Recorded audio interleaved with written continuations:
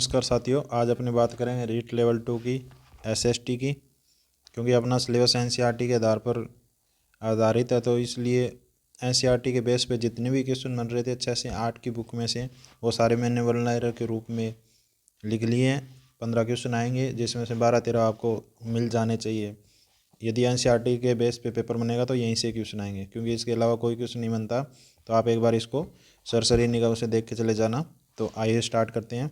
अग्निकुंड के साक्ष्य कहाँ से प्राप्त हुए हैं? सबको पता है कालीबंगा से प्राप्त हुए हैं, लेकिन इसके साथ लोथल भी दे रखा है। कटाईदार वस्त्र पहने व्यक्ति की मूर्ति कहाँ से प्राप्त हुई है? मोहनजोदड़ो से। कपास की खेती कहाँ की जाती थी? मेहरगढ़ में। प्रमाण कहाँ कब मिले हैं? 7,000 वर्ष पूर्व के प्रमाण है। कपड़े के टुकड़े में चांदी का अवशेष कहाँ से मिला है? मोहनजोदड़ो से। फेयंस पत्थर होता है जिनसे मन के वह चूड़ियाँ बनाई जाती थी। तांबे का आयात कहाँ से किया जाता था? राजस्थान और ओमान से। टीन का आयात ईरान और अफ़गानिस्तान से। सोने का आयात कर्नाटक से किया जाता था। और उसके बाद में बहुमूल्य पत्थर गुजरात, ईरान और अफ़गानिस्तान से। उसके बाद में देखो धोलावीरा गुजरात में स्थित है। यह नगर 3 भागों में विभाजित है। यह एक अपवाद स्वरूप है, बाकी दो भागों में सारे नगर है। जैसे मतलब पश्चिम के भाग की तरफ तो क्या होता था कि राजा के दुर्ग वगैरह थे, और पूर्व की साइड क्या होता था कि मतलब आम जनता रहती थी, जहाँ खेती वगैरह होते थे। तो बस्ती कामनी होती थी पूर्व भाग में, और दुर्ग कामने होते थे पश्चिम भाग में। यहाँ लकड़ी से जड़ा हुआ पत्थर का भी शिलालेख मिला है। लोथल कहाँ है? लोथल गुजरात भोगवा नदी के किनारे पर है। कई बार ये पूछ लेते हैं कि लोथल कहाँ है। यहाँ मन के बनाने का कारखाना व गोदी खाना बंदरगाह भी था। कारखाना होगा, काम मन के बनाने का काम होगा, तो बंदरगाह उसके पास जरूरी है, क्योंकि आयात निर्यात होता था ना अपने। ऋग्वेद में उल्लेखित 3 देवताओं कौन कौन से थे? अब ये देखो, वैदिक काल स्टार्ट हो गया, बस सिंधु घाटी सभ्यता में इतना ही दिया हुआ है। अब उसके बाद में ऋग्वेद में उल्लेखित 3 देवता, वैदिक काल स्टार्ट कर दिया, अग्नि, इंद्र और सोम का उल्लेख मिलता है।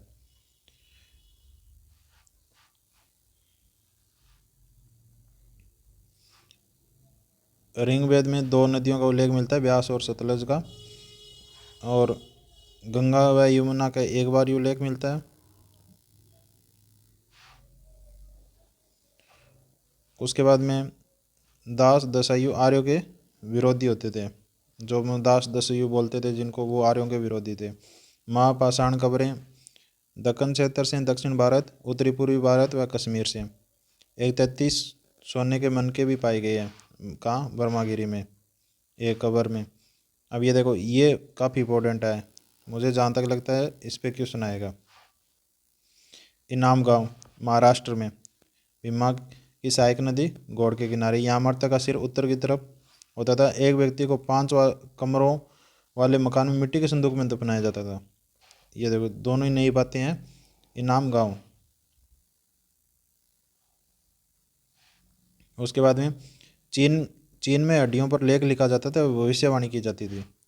कहाँ लेख लिखा जाता था? चीन में हड्डियों पर लेख और भविष्यवाणी की जाती थी। असल में यज्ञ क्या होता था? राजा के गुणों का यशोगान करता था। कौन करता था? सारथी। कौन करता था? सारथी।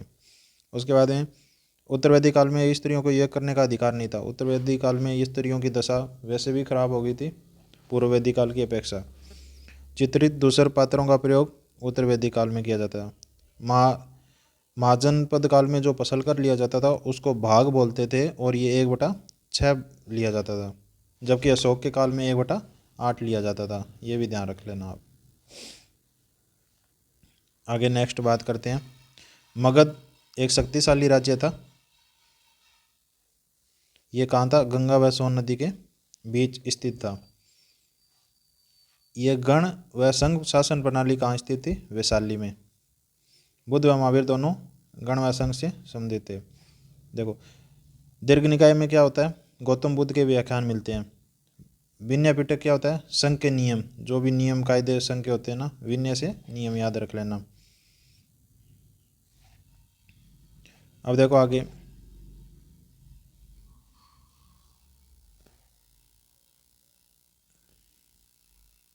एक सेकंड।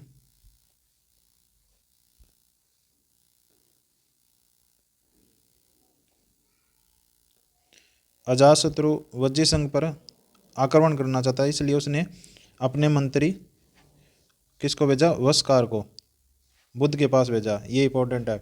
अजातशत्रु क्या करना चाहता था, वज्जी संघ पे आक्रमण करना चाहता था। अब ये क्या है, नई नई चीज़ें है ना, अपने पढ़ते भी नहीं, अपने बहुत डीपली चले जाते हैं, लेकिन ये एनसीईआरटी में दे रखी है, तो इनका विशेष ध्यान रखना।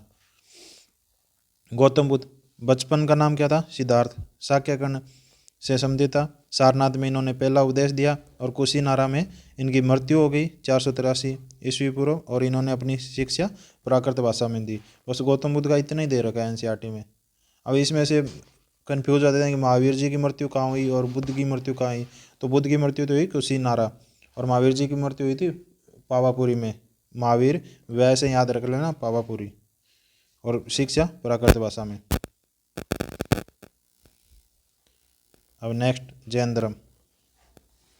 बचपन का क्या नाम था महावीर स्वामी का, वर्धमान था। 30 वर्ष की आयु में घर छोड़ देते हैं और 12 वर्ष ये तपस्या करते हैं। इनको 42 वर्ष की आयु में क्या मिलता है, ज्ञान की प्राप्ति होती है।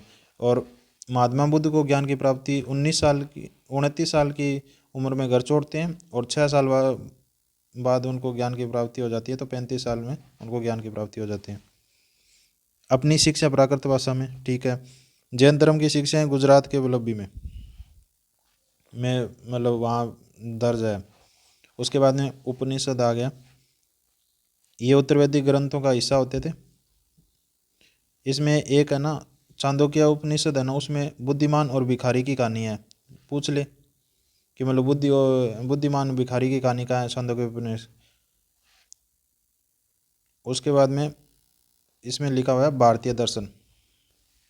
भारतीय दर्शन कितने प्रकार के, 6 प्रकार के।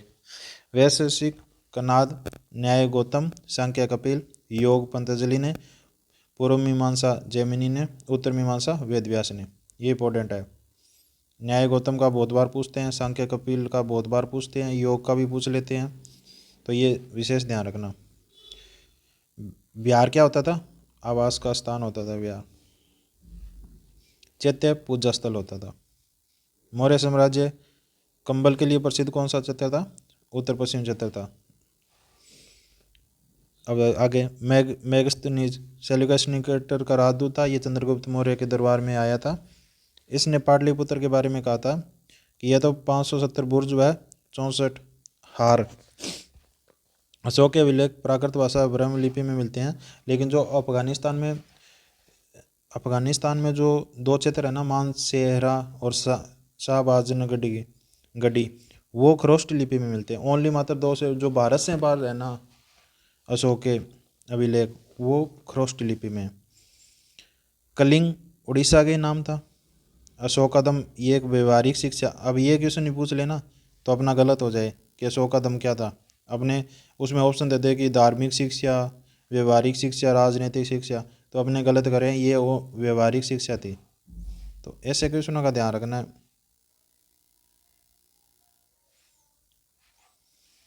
क्या थी, व्यवहारिक शिक्षा थी। बिहार के रामपुरा में अशोक ये मौर्यकालीन स्तंभ का हिस्सा मिला है, जो गाय भैंस के रूप में दिखाई पड़ता है और आज राष्ट्रपति भवन में रखा हुआ है। कहाँ मिला था, बिहार के रामपुरा में। अशोक ने अपने राजदूत कहाँ भेजे, सीरिया, मिस्र, ग्रीस, श्रीलंका। श्रीलंका तो महेंद्र और संघमित्रा को भेजा था, इसके पुत्र पुत्री थे उनको। और सीरिया, मिस्र, ग्रीस का ध्यान ये श्रीलंका वाले पूछते हैं कि महेंद्र और संघमित्रा को कहाँ भेजा था, तो श्रीलंका में भेजा था प्रचार प्रसार करने के लिए। चीन की दीवार 6400 किलोमीटर है। क्या था, इसका बनाने का उद्देश्य उत्तरी सीमा की पशुपालक लोगों से रक्षा। जो पशु रखते थे ना उत्तरी सीमा में, वो मतलब राज्य में घुसे नहीं, नुकसान नहीं हो पशुओं से, तो उस वजह से। दक्षिण भारत में अरिकामेडू का रोमन नाम पोडुका था। ये दे रखा है, लेकिन ये अपने सिलेबस में तो है नहीं। दिल्ली के देखो, ये अपने सल्तनत काल है दिल्ली का, तो दिल्ली के सुल्तानों का क्रम, क्योंकि किताब में यही दे रखा है, तो मुझे लगता है या तो क्रम पूछ लेगा या मंत्रिपरिषद का नाम पूछ लेगा। 2-3 चीज़ें दे रखी है, इसलिए इसका क्रम जरूर ध्यान रखना। और क्रम आप ध्यान रख सकते हो, गुलाब खिले तो लोधी आए, ये इस ट्रिक से हो जाएगा। गुलाब से गुलाम वंश हो जाएगा, फिर खिलजी वंश आया, फिर तुगलक तो से तुगलक वंश हो जाएगा। हाँ एक रह गया इसमें, शायद लोधी है, शायद लगाना है यहाँ, शायद से सैयद वंश हो जाएगा और लोधी से लोधी वंश लास्ट बस। देखो कुतुबुद्दीन ऐबक आया, इल्तुतमिश आया, रजिया सुल्तान थी, फिर बलबन आया, फिर जलालुद्दीन खिलजी, अलाउद्दीन खिलजी, गियासुद्दीन तुगलक, मोहम्मद बिन तुगलक, फिरोज तुगलक, खिजर खां, सैयद, बहलोल लोधी, इब्राहिम लोधी। इसमें आप एक चीज़ का ध्यान रख सकते हो कि गियासुद्दीन तुगलक के टाइम में नहरों का निर्माण स्टार्ट हुआ और मोहम्मद बिन तुगलक का काल में सर्वाधिक नहरों का निर्माण हुआ। उसके बाद में सैनिकों के लिए एक फ़क्र ए मुदबिर बनाई थी, क्योंकि सैनिकों के बिना राजा का काम नहीं चलता था। और गैरीसन शहर था जहाँ क्या सैनिक रहते थे, किलेबंद बसाव में लोग, उनकी सैनिकों की रक्षा के लिए किलेबंद बनाया हुआ था। उसके बाद में ये देखो कुतुबुद्दीन ऐबक ने क्या बनाई, कुव्वत उल इस्लाम मस्जिद, ये अजमेर में ही तो बनाई थी। नहीं सॉरी एक मिनट, ये काकी बख्तियार काकी गए और इसका निर्माण पूरा तो इल्तुतमिश ने कराया था और कुतुबुद्दीन ऐबक ने निर्माण चालू कराया था। बेगमपुरी मस्जिद मोहम्मद बिन तुगलक के काल में बनी। मोट की मस्जिद सिकंदर लोदी के काल में बनी। मोहम्मद बिन तुगलक के काल में कृषि पर खराज कर 50% था। इब्न तुता मोरक्को अफ्रीका से आया था, मोहम्मद बिन तुगलक के काल में आया था। अब ऐसे क्वेश्चन आएंगे, अब अपने तो डिटेल में पढ़ते हैं, उसमें ये लाइनें कई बार अपने को मिलती भी नहीं है, तो इसलिए एक बार इसको देख के चले जाना। इसने कहा था, इब्न तुता ने कहा था, सरदार कभी कभी चौहानों या पहाड़ी इलाकों में बांस के किले या झोंपड़ी बनाकर रहते थे, इसने बांस का प्रयोग किया था। मोहम्मद बिन तुगलक व अलाउद्दीन खिलजी ने स्थायी सेना रखनी स्टार्ट कर दी थी। अलाउद्दीन खिलजी के समय मंगोलों का आक्रमण 2 बार हुआ था। अलाउद्दीन खिलजी ने एकता के स्थान पर नगद वेतन देना प्रारंभ कर दिया था। ठीक है, नेक्स्ट, थोड़ा ये ज़्यादा नहीं है, 10 मिनट में हो जाएगा। तैमूर की मृत्यु 1404 में हो गई थी। बाबर ने काबुल पर कब्जा कब किया था? 1504 में। 1528 में बाबर ने चंदेरी के राजपूतों को हरा दिया था। हुमायूं व शेरशाह के मध्य युद्ध, एक तो चौसा 1539 और कनौज बिलग्राम का युद्ध हुआ था। ये अपने राजस्थान से संबंधित है। कनौज बिलग्राम का युद्ध हुआ था 1540 में। अकबर का कार्यकाल 1556 से 1605 था। अकबर के शासनकाल को 3 अवधियों में विभाजित किया जाता है। मतलब 3 अवधियों का मतलब हो गया कि अकबर ने मतलब क्रम से आक्रमण किए थे। देखो 1556 से 70 में मालवा में 1561 पर आक्रमण किया, गोंडवाना चित्तौड़गढ़ 1568 और रणथंभौर पर आक्रमण किया। फिर ये किस साइड चला गया? 70 से 85 15 साल गुजरात की साइड चला गया, बिहार बंगाल व उड़ीसा की साइड। फिर इसने 85 से लेकर 1605 तक है ना इधर आक्रमण किया था। कंधार, कश्मीर, बरार, खानदेश व अहमदनगर। पूछ सकते हैं, ये क्रम से दे रखा है स्पेशल। औरंगजेब 1707 में मृत्यु हो जाती है। 1658 से 1707 राजा रहता है। 1685 में बीजापुर और 1687 में गोलकुंडा पर विजय प्राप्त की थी। अकबर के दरबार में 29 मनसबदार व औरंगजेब के दरबार में 79 मनसबदार। अब ये देखो क्वेश्चन तो ये बनता है, यहाँ से आ जाए तो सबका ही गलत हो। 29 मनसबदार व औरंगजेब 79। देसाला 1570 से 80 टोडरमल ने इसका प्रारंभ कराया था। प्रांत को सूबा कहा जाता था। मेहरुनिसा रूंजा का जहांगीर से विवाह होता था 1611 में। सुलह कुल की नीति अकबर ने अपनाई थी। अकबर के समकालीन अन्य शासक कौन कौन थे? तो देखो, ओटोमन का तुर्की सुल्तान सुलेमान था। इंग्लैंड की रानी एलिजाबेथ। ईरान का सफाविद शासक शाह अब्बास। रूस का शासक जार इवान चतुर्थ। कुतुब मीनार मस्जिद 1199 कुतुबुद्दीन ऐबक ने। ओहजे सुल्तानी राजा का तालाब इल्तुतमिश ने। मोहम्मद गजनवी के समकालीन शासक राजेंद्र चोल प्रथम था। हुमायूं का मकबरा दिल्ली में 4 बाग पद्धति और 4 बाग परंपरा अकबर ने स्टार्ट की थी। केंद्रीय हुकूमत सर्वप्रथम हुमायूं के मकबरे में। अब देखो अपने सिलेबस में एक पृथ्वीराज चौहान का स्पेशल दे रखा है, तो उसमें किताब में भी स्पेशल ही लिख रखा है, तो क्वेश्चन मुझे लगता है यहाँ से देगा।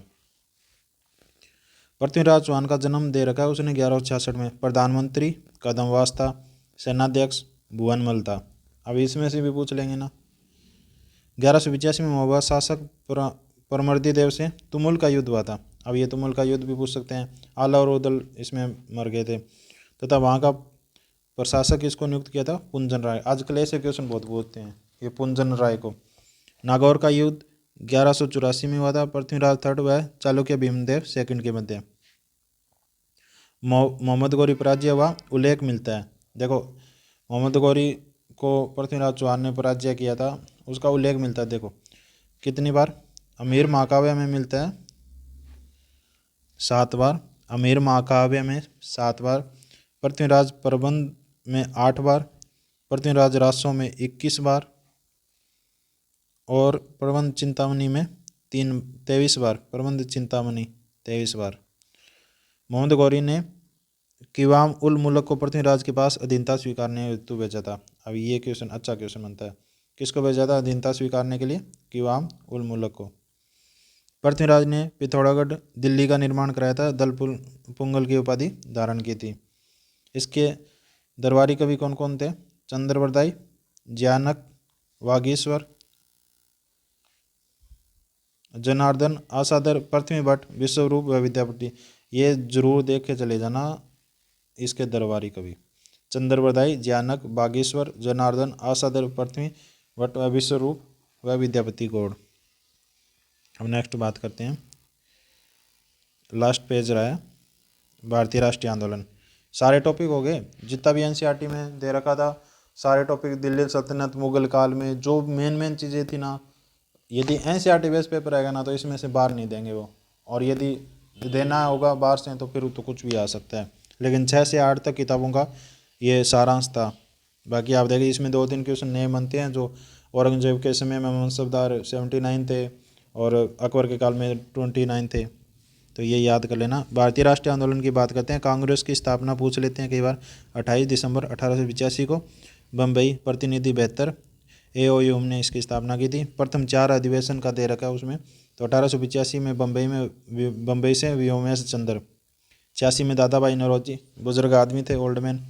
मद्रास में बदरुद्दीन तैयबजी और 1888 में इलाहाबाद में जॉर्जियल, प्रथम अंग्रेज अधिकारी ने भी यह देख सके की थी ये। आंध्र प्रदेश में स्वदेशी आंदोलन को वंदे मातरम कहा जाता है, ध्यान रखना इसको। आया हुआ भी क्वेश्चन है ये कि वंदे मातरम कहाँ कहा जाता है। उसके बाद है next, all India Muslim league की स्थापना 1906 में ढाका में हुई थी। कांग्रेस और मुस्लिम लीग के बीच लखनऊ पैक्ट 1916 में। गांधी जी 9 जनवरी 1915 को 46 वर्ष की आयु में दक्षिण अफ्रीका से भारत लौटे थे। अहमदाबाद मिल मजदूर आंदोलन 1918 में गांधी जी ने भाग लिया था। रॉलेट एक्ट 1919 से इसे शैतान की करतूत कहा जाता है। ये मतलब इसमें गिरफ्तार कर लेते थे लोगों को। अपमानजनक याचिका दिवस 6 अप्रैल 1919। खिलाफत आंदोलन अगस्त 1919, मोहम्मद अली व शौकत अली। आंध्र प्रदेश के गुंटूर जिले में वन सत्याग्रह प्रारंभ हुआ था। असहयोग आंदोलन 1 अगस्त 1920 से शुरू होता है। उसके बाद में चोरी चोरा कांड, एक मिनट,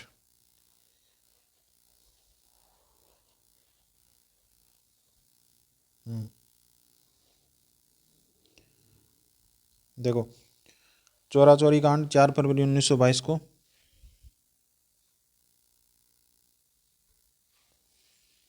वह 11 फरवरी 1922 को क्या हो गया, असहयोग आंदोलन को स्थगित कर दिया था। कांग्रेस का पूर्ण स्वराज्य का प्रस्ताव 1929 के लाहौर अधिवेशन में जवाहरलाल नेहरू की अध्यक्षता की थी। 26 जनवरी 1930 को स्वतंत्रता, तभी तो आज 26 जनवरी को अपने मनाते हैं, इसी वजह से मनाते हैं कि स्वतंत्रता दिवस। दांडी यात्रा शुरू हुई थी साबरमती से 12 मार्च 1930 को और 6 अप्रैल को पहुंची थी। वो उल्टा कर देते हैं, 6 अप्रैल से स्टार्ट हुई 12 मार्च को पहुंची, नहीं 12 मार्च से चालू हुई थी और 6 अप्रैल को पहुंची थी।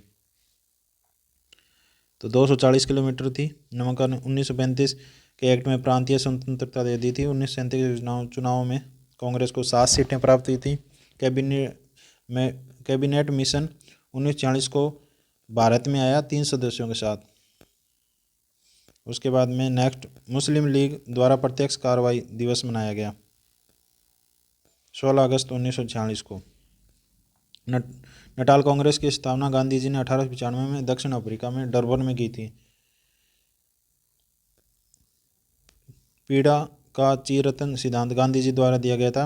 हिंदुस्तान रिपब्लिक एसोसिएशन, ये जरूर आता है क्वेश्चन, बहुत पेपरों में आ गया। HSRA या हिंदुस्तान रिपब्लिक एसोसिएशन। फिरोज शाह कोटला दिल्ली में स्थापना हुई थी 1928 में। भगत सिंह, चंद्रशेखर और सुखदेव। लाहौर कांड, सांडर्स हत्या कर दी थी, उसको लाहौर कांड बोलते हैं। 17 दिसंबर 19, इसमें कौन कौन थे, किस किस को दोषी माना गया था? BCR से याद रख लेना, भगत सिंह, चंद्रशेखर और राजगुरु को। असेंबली में बम किसने 18 अप्रैल 1919 बटुकेश्वर दत्त व भगत सिंह ने फेंका था। कर्नाटक की अंबाबाई ने उडुपी में विदेशी कपड़ों की होली व शराब की दुकानों को घेराव किया। भारतीय राष्ट्रीय कांग्रेस के अध्यक्ष पद पर पहुंचने वाली पहली महिला एनी बेसेंट थी। और पहली भारतीय महिला, ये तो विदेशी थी, पहली भारतीय महिला सरोजिनी नायडू 1925 में, और ये 1916 के बाद में 1917 में।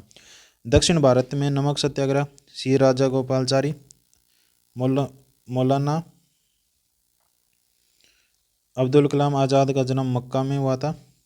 और 1931 कराची के अधिवेशन में अध्यक्ष सरदार पटेल। खुदाई खिदमतगार खान अब्दुल गफ्फार सीमांत गांधी को कहते हैं।